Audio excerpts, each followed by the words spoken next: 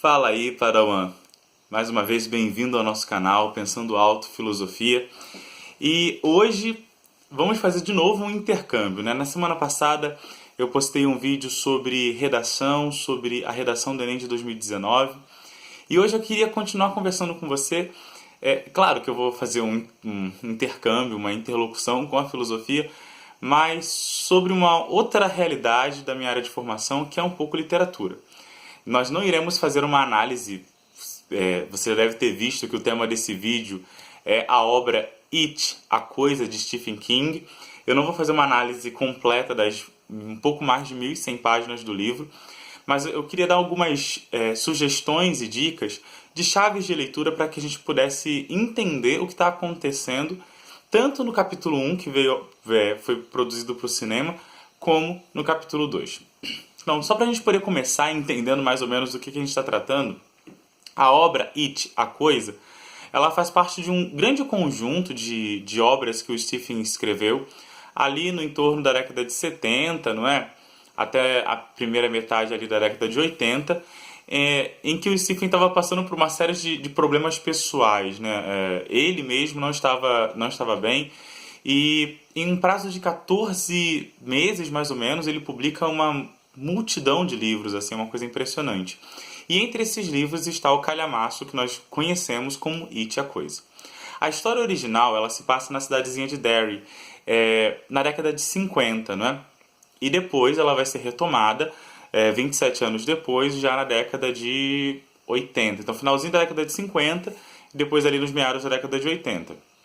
A versão cinematográfica que a gente tem, ela tem o seu momento histórico do passado acontecendo no ano de 1989 e a sua atualização 27 anos depois, não é? Eu não vou fazer uma sinopse do livro, não vou entrar no mérito de como a narrativa se desenvolve, de como o terror ali acontece, mas eu queria dar algumas pistas de leitura, algumas chaves de leitura, para que a gente pudesse ter uma experiência, sobretudo do cinema, um pouco melhorada. E, com certeza, se você já leu a obra, se você já leu o livro, né, It, a Coisa, você vai fazer várias comparações entre a obra que o Stephen King escreveu, né, e todo o envolvimento que a gente tem com os personagens, a profundidade dos personagens na obra, e vai fazer uma série de críticas à adaptação. Bom, esse vídeo não é patrocinado, então assim, fica aí a dica se alguém quiser, né, me patrocinar. Estamos aceitando patrocínios, mas esse vídeo não é patrocinado, eu não estou aqui para fazer propaganda nem da produtora do filme e menos ainda das redes de cinema do Brasil. Eu estou aqui simplesmente para poder partilhar com você um pouco da minha experiência estética, tanto como leitor, como também como alguém ligado à questão da arte, ligado à questão da cultura. Então eu queria te ajudar com algumas dicas de chave de leitura para que a gente pudesse perceber algumas coisas que estão no filme, né? A sessão que eu fui, muita gente reclamou porque não entendeu alguns detalhes, não entendeu algumas relações que estão presentes. Mas o filme, ele, sobretudo o capítulo 2, ele está bem interessante. Primeira coisa que a gente precisa chamar a atenção é que eu não vou dar spoiler do filme, como eu coloquei aqui na descrição do vídeo, mas tem algumas presenças no filme que são muito interessantes. E o filme, ele faz um trabalho de metalinguagem, né? Ele faz um trabalho de dialogar com a própria construção, tanto da narrativa da obra enquanto livro, como também enquanto mídia cinematográfica. Nós vamos ter ali a presença do autor no filme, nós vamos ter o estúdio da Warner Bros., onde está sendo gravado um filme baseado num livro que é de um gênero de terror, de um autor que é muito aclamado, mas cujos finais não são bons, e aí fazendo uma referência muito direta ao livro It, a Coisa. Como eu falei, esse livro ele tem um pouco mais de 1.100 páginas, né? É um livro bem grosso, e quando você chega ali no final do livro, as últimas 100 páginas, você espera que tudo seja solucionado, você tem uma expectativa criada de que todas as questões serão solucionadas, e o final ele deixa bem a desejar. Não vou entrar no mérito dessa questão, se você está lendo o livro não vou estragar o seu final, mas já antecipo que é um final que vale a pena ser lido enquanto obra de análise literária, mas que frustra a gente enquanto leitor da narrativa como um todo. Bom, a primeira coisa que a gente precisa dialogar sobre o filme, capítulo 2 de It, a coisa é isso. É um filme que você precisa assistir com muita atenção.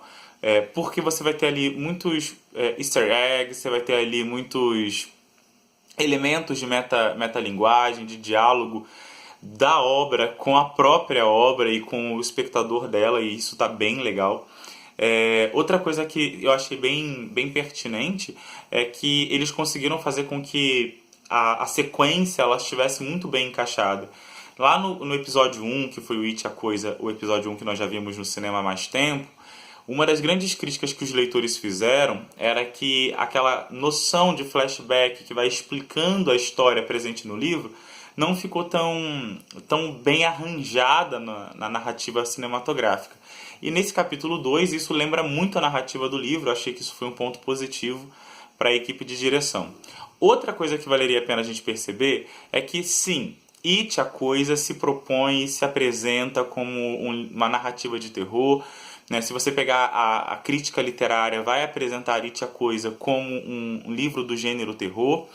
E a própria descrição do filme apresenta It como um gênero de terror. Porém, para um detalhe que eu acho que é interessante e que muitas vezes passa desapercebido, que é o fato de que, muito concretamente, o terror que está presente no It, a Coisa, não é tanto um terror de sustos, né? de um monstro que te deixa tendo pesadelos. Eu acho que é bem o contrário, e a proposta da adaptação cinematográfica, nesse sentido, ela foi muito feliz e muito eficaz. Você tem o Pennywise, não é? Que é um palhaço dançarino.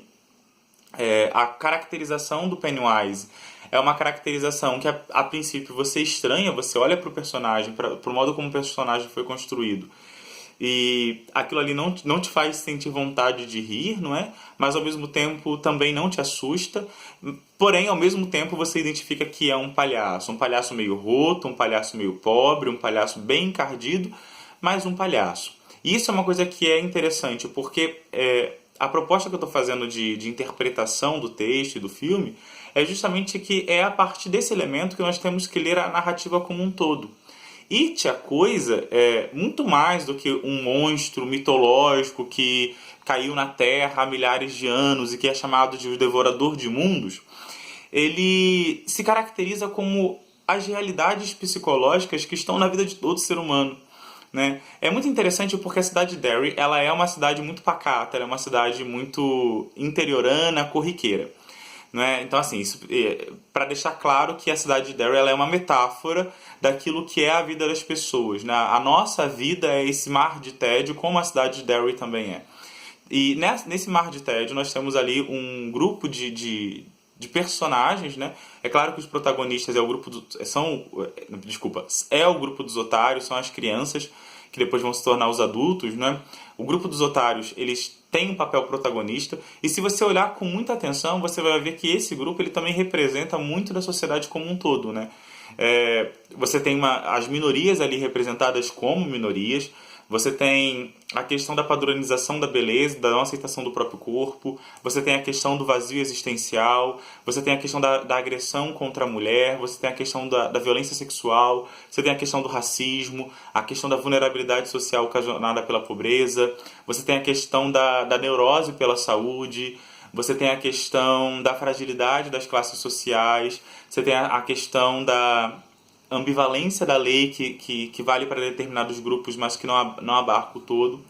E é dentro desse grupo, muito heterogêneo, a gente poderia chamar assim, muito diverso, que é o grupo dos otários, que nós vamos ter algumas situações que são muito marcantes, elas são traumáticas, não é? E a coisa que é onipresente nos dois capítulos, tanto no capítulo 1 como no capítulo 2, em quase todas as cenas você vê a coisa aparecendo, não está só no Pennywise. O Pennywise ele é a encarnação e a materialização de todas aquelas realidades que nós trazemos dentro da nossa consciência, dentro do modo como nós pensamos, dentro do modo como nós estabelecemos a nossa existência no mundo. O Heidegger, lá no Ser e Tempo, o filósofo Heidegger, quando ele está partindo para a analítica do homem, para a analítica do Dasein, em algum momento Heidegger diz que A afetividade é o modo como o homem escolhe ser no mundo. As palavras são minhas, não são bem do Heidegger, mas o resumo daquilo que o Heidegger está dizendo ao falar da afetividade é isso. Que a afetividade é o modo como nós lidamos com o mundo, e esse modo como nós lidamos com o mundo também é o nosso modo de ser no mundo, é o modo como nós nos construímos no mundo a partir dos nossos afetos. E eu olho para a narrativa do Stephen King e eu encontro isso lá, sabe? Essa noção de que os nossos traumas, eles nos marcam, eles nos ferem, eles nos condicionam, mas eles não nos determinam. E isso é uma coisa interessante, que ficou muito mais interessante, na minha opinião, no filme que no livro. Quer dizer, no livro você se envolve mais com o drama dos personagens, você chega a ficar vermelho de raiva e de vergonha por alguns personagens, sobretudo pela Beverly. Você se emociona com as dores que os personagens estão passando. No filme, essa questão afetiva ela não nos envolve tanto. Porém, fica muito mais evidente ali que o Pennywise ele só materializa e ele é a materialização daquilo que nós trazemos dentro. Então, vale a pena a gente poder reflexionar sobre isso, né? Sobre de que modo nossos afetos, a nossa afetividade, a nossa relação de afetividade com o mundo acaba se materializando nos problemas que nós enfrentamos a partir do próprio mundo, né? Pensa, por exemplo, em todo o drama que as pessoas hoje vivem com as suas inseguranças e que faz com que as pessoas não consigam dar passos naquilo que elas treinaram a vida inteira para fazer, simplesmente porque a insegurança que habitava dentro delas por causa de alguma coisa que aconteceu lá no passado se materializa no impedimento que é real para elas e a tal ponto que elas não conseguem avançar.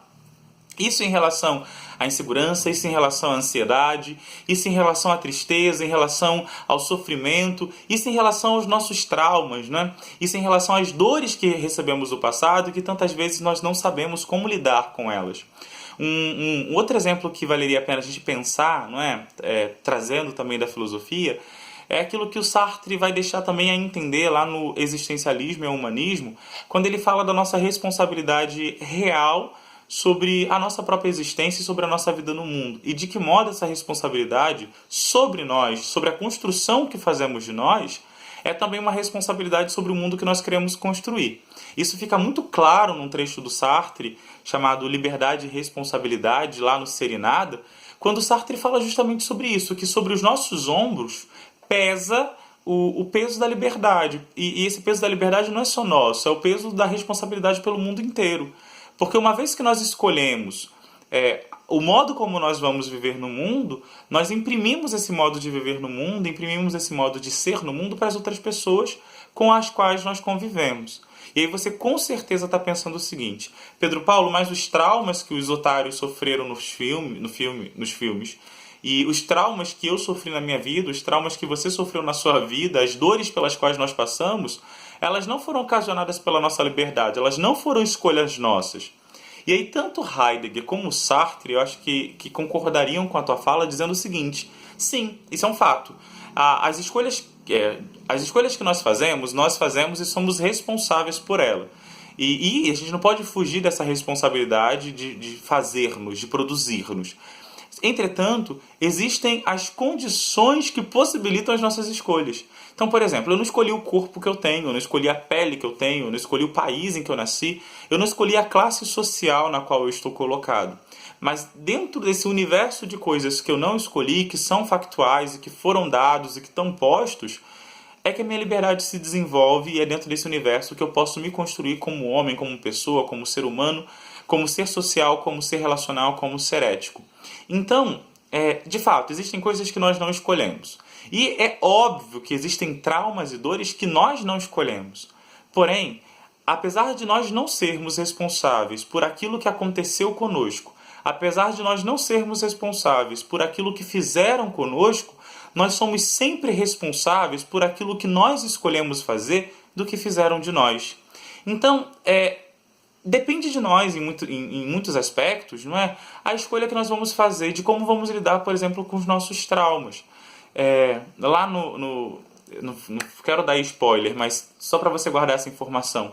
Lá no It, a Coisa, no capítulo 2, fica muito claro que a Beverly que nós vimos sofrendo na mão do pai, ela vai continuar sofrendo na mão de homens abusivos ao longo da sua vida, até que ela tome consciência e ela perceba de que ela não precisa daquilo para ser quem é, não é? A identidade dela não está condicionada àquilo que os outros fazem dela, e menos ainda a identidade dela está condicionada àquilo que o passado fez dela.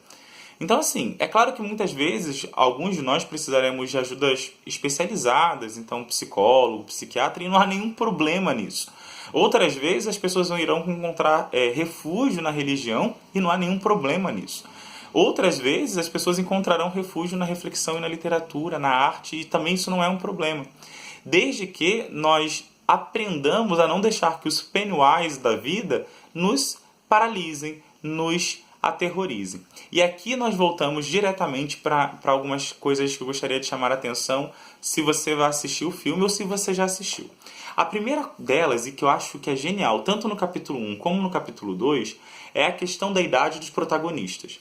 A gente não pode esquecer que lá no capítulo 1, os nossos protagonistas estão ali com mais ou menos 13 anos. Então nós estamos num momento da vida em que nós estamos nos construindo como pessoas, com dilemas existenciais que todo ser humano passa na sua adolescência, que fazem a adolescência ser um período da vida muito difícil. E é dentro desse momento que talvez nós nos esbarremos com os nossos primeiros Pennywises, né? A questão da aceitação do outro, a questão de um reconhecimento de lugar de fala na sociedade, a questão do nosso reconhecimento como sujeito, como indivíduo, como ser social, como ser sexual. Então, todos esses dilemas que compõem a construção da nossa subjetividade que se desenvolvem ali na adolescência. E depois, no capítulo 2, que é o que saiu essa semana, nós vamos ter os nossos mesmos protagonistas numa outra crise, num outro momento de crise, que é a crise da meia-idade. Ora, se lá atrás eles tinham por volta de 13 anos, 27 anos depois, que é o período de incubação em que o Pennywise, a coisa, se esconde, não é? 27 anos depois, nós temos aí uma geração que está na crise dos 40 anos. E eu achei muito legal o começo da narrativa do filme. De novo, não é spoiler, é só para que você preste atenção em algumas coisas, né? É que, de modo muito direto, muito geral, todos os protagonistas estão bem de vida. Todos eles estão com uma vida relativamente confortável, acima da média, né, de modos de construção de vida, menos aquele que conserva a memória. Isso aqui foi uma coisa que me chamou a atenção.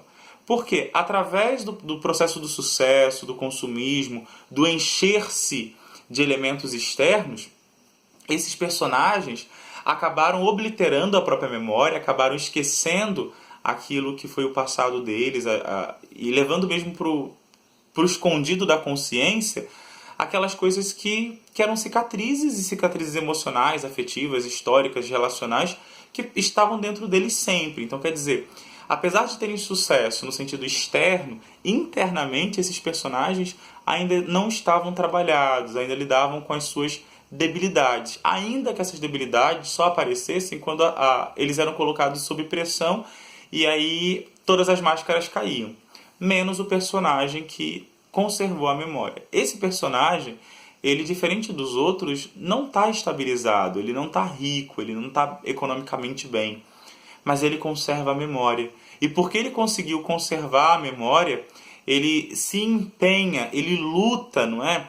Para fazer com que aquilo que no passado havia sido motivo das dores pudesse ser superado, pudesse ser vencido, né? Pudesse se responsabilizar na liberdade por aquele ato. Então a primeira coisa que valeria a pena chamar a atenção é esse elemento.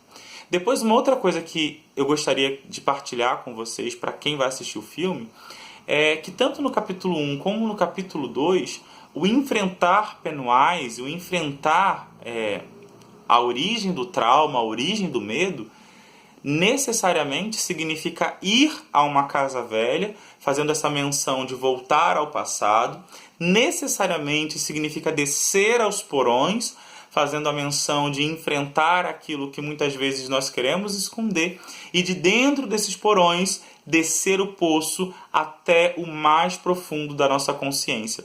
Então, o diretor foi muito feliz ao criar a metáfora, né, desse processo de descidas e descidas e descidas, que fazem com que a gente tenha que enfrentar não aquela parte epidérmica que todo mundo vê da gente, mas os nossos mundos interiores, os nossos infernos, que são os lugares onde habitam os nossos demônios, onde habitam os nossos Pennywise. É claro que eu não estou dizendo que ninguém é possuído, tá certo?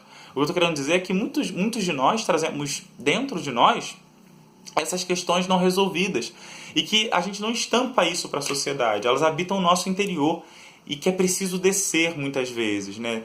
Voltar ao passado, voltar àquilo que nos feriu, voltar àquilo que está desordenado, descer aquele lugar que muitas vezes nós não temos coragem de limpar e dentro desse lugar descer ainda mais profundo para as raízes dessa questão. E repara que no capítulo 2, uma vez que eles voltaram à casa velha, voltaram ao porão, voltaram ao poço, eles ainda vão encontrar um lugar mais profundo, um lugar aonde o Pennywise vive, aonde o Pennywise se alimenta. Então, é bem interessante a gente poder perceber essa questão da metáfora das descidas e de como enfrentar as nossas dores, mesmo quando nós já estamos ali diante delas, nuas, cruas, mesmo quando nós sabemos o que elas são, quem elas são e por que doem, não é fácil. O enfrentamento do nosso inferno interior é sempre um processo de superação, de luta, de vencer a nós mesmos. É uma grande batalha em que nós precisamos vencer a nós mesmos se quisermos sair vencedores. E isso também fica muito evidente em algumas cenas do filme, né? De uma luta do eu consigo. Em outros momentos, nós precisamos ser capazes de romper aquilo que nos separa dos outros, né? E a sensação de invólucro, de solidão, que muitas vezes nos atormenta. Em outras cenas do filme, é interessante perceber que talvez o maior inferno que muitas de nós enfrentemos é o inferno de não aceitarmos, né? E por mais que tenhamos deixado vestígios ao longo da vida, é importante assumir quem somos e ser de propósito. Ok? Eu espero que você tenha gostado do filme, tanto quanto eu gostei. Se você quiser patrocinar esse canal e mandar, por favor, o livro, eu estou aceitando, tá? Eu li uma versão bem antiga, mas eu não tenho a versão nova, que está muito bonita, então eu estou aceitando versões novas. E não deixa, por favor, de se inscrever nesse canal. A ideia desse lugar que nós estamos estabelecendo é que a gente possa trocar informações, trocar ideias. Então se inscreve no canal, curte esse vídeo e comenta aqui embaixo quais foram as impressões que você teve ao assistir o filme ou ao ler o livro. Coloca aqui as suas dúvidas sobre cenas, sobre momentos, falas, frases, sobre caracterização de cenário, sonoplastia. Vamos trocar ideias. A ideia, o nosso objetivo aqui é fazer com que a nossa rede de pensadores, né, de pensar alto, possa cada vez mais ecoar e fazer com que a gente possa ter um conteúdo de qualidade, ainda que seja um conteúdo de abrir as portas da minha casa para te receber, como eu faço sempre, né? Estabeleço com você diálogos. Esses vídeos eles não são edições, eles não são um projeto editorial, eles não são um projeto visual, eles são um projeto de partilha, de encontro de uma consciência com a outra, de um coração com o outro, de alguém que ama filosofia, teologia e letras, com alguém que está buscando também compartilhar essas informações. Pedro Paulo aqui, e é nessa que eu vou.